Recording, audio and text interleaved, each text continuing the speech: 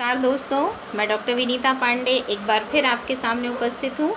और आज हम बात करने वाले हैं कि एजुकेशनल रिसर्च का जो आपका एमएड का पेपर होता है उसमें हमको क्या क्या पढ़ना होता है और उसको हमें किस तरह से करना होता है। तो आइए आज हम जानते हैं कि एजुकेशनल रिसर्च जो होता है वो आपका यूजीसी के एमएड के कोर्स में कंपलसरी पेपर है और डिसर्टेशन में इस पेपर का बहुत बड़ा महत्व होता है। जैसे यदि हम देखते हैं कि एजुकेशनल रिसर्च जो है वो 4 भागों में बांटा गया है। पहला जो पेपर है वो आपका एजुकेशनल रिसर्च फर्स्ट है, इसके बाद आपका एजुकेशनल रिसर्च सेकंड है, फिर आपका थर्ड पार्ट है और फिर आपका फोर्थ पार्ट है और इसको आपको पढ़ना होता है। तो कोर्स 1, कोर्स 2 आपका जो contemporary issue in Indian society आपका फर्स्ट है और सेकंड जो है वो कोर्स 2 एजुकेशनल रिसर्च है। तो आइए आज हम जानते हैं कि एजुकेशनल रिसर्च में हमको क्या क्या पढ़ना है। सबसे पहले हम एजुकेशनल रिसर्च फर्स्ट की बात करते हैं जो एमएड फर्स्ट सेमेस्टर में होता है। यूनिट फर्स्ट में अगर हम देखें, ये जो पूरा सिलेबस है ये फर्स्ट सेम का 5 यूनिट में विभाजित है। इसमें आपको असाइनमेंट भी बनाने होते हैं और 20+80 का रेशियो रहता है। इसमें इसका पेपर जो है वो 80 नंबर का होता है।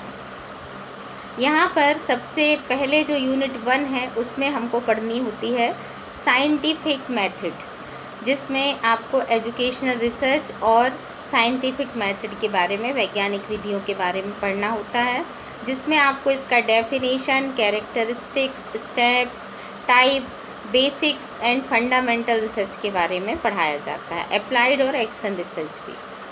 सेकेंड पार्ट में आपका meaning and definition of qualitative and quantitative data आता है।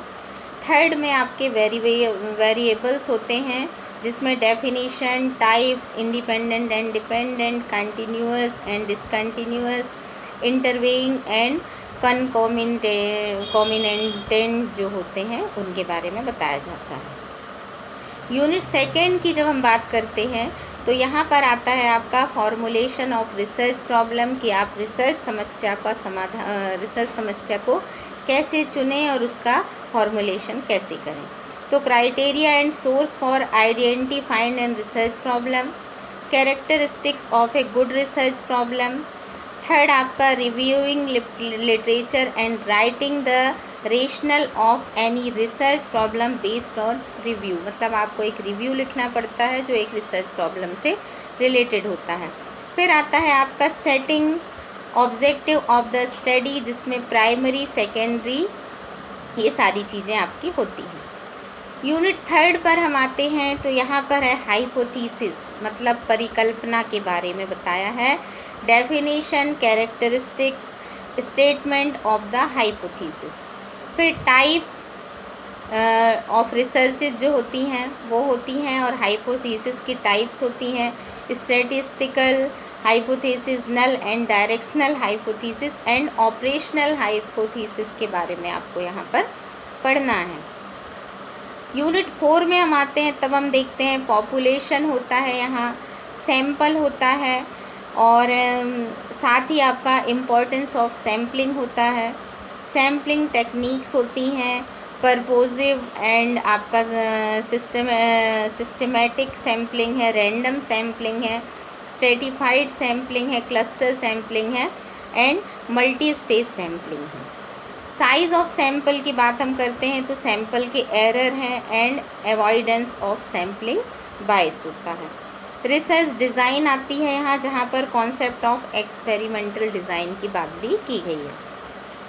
यूनिट 5 पे हम आते हैं तब वहाँ है रिसर्च प्रपोजल राइटिंग, जिसमें format, style and essential element of the research proposal. Writing reference and research proposal, जहाँ पर हमको एक रिसर्च प्रपोजल को लिखना होता है कि हम उसको कैसे लिखते हैं, उसके रेफरेंसेस कैसे लिखते हैं, ये सारी चीज़ें आपको बताई गई हैं और साथ ही आपको असाइनमेंट के क्वेश्चन भी होते हैं वो करने होते हैं। तो आशा है कि आपको कोर्स 2 एजुकेशनल रिसर्च पार्ट 1 के बारे में समझ में आया होगा। अगले वीडियो में हम बात करेंगे कि एजुकेशनल रिसर्च पार्ट 2 जो होता है उसमें हमको क्या पढ़ना होता है और उसे हमें किस तरह से पढ़ना होता है। आज के लिए बस इतना ही। धन्यवाद।